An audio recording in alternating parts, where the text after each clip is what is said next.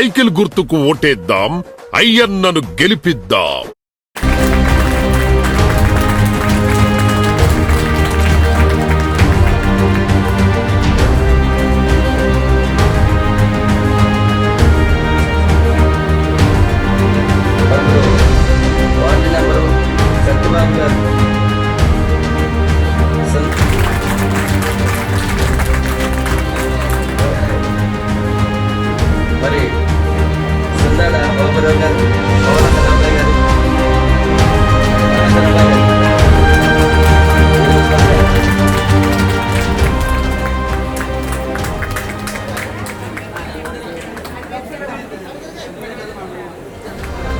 Welcome back to news. Oyalpuram పంచాయతీలో వైసీపీ నుండి టీడీపీలోకి భారీగా చేరికలు. నర్సీపట్నంలో వైసీపీ పూర్తిగా ఖాళీ అవుతుందనే చెప్పవచ్చు. ప్రతిరోజు వైసీపీ నుండి తెలుగుదేశం పార్టీలోకి 50 నుండి 100 కుటుంబాలు ఏదో ఒక గ్రామం నుండి ఏదో ఒక మూల నుండి టీడీపీలోకి చేరికలు అవుతూనే ఉన్నాయి. ఇదే విధంగా కొనసాగితే ఎన్నికల సమయానికి వైసీపీ డిపాజిట్లు కూడా కోల్పోయే పరిస్థితి ఉంటుందని అంటున్నారు.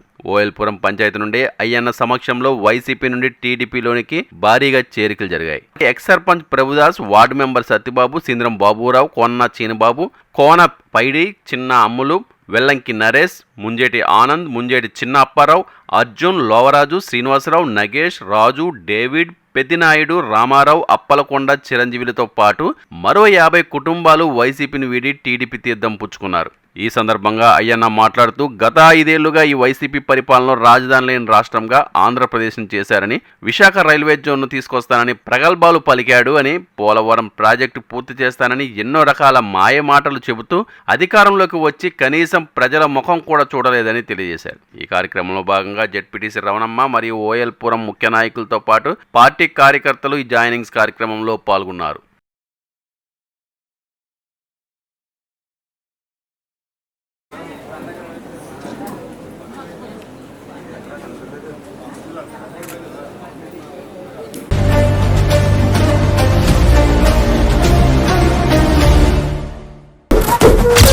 సైకిల్ గుర్తుకు ఓటేద్దాం, అయ్యన్నను గెలిపిద్దాం.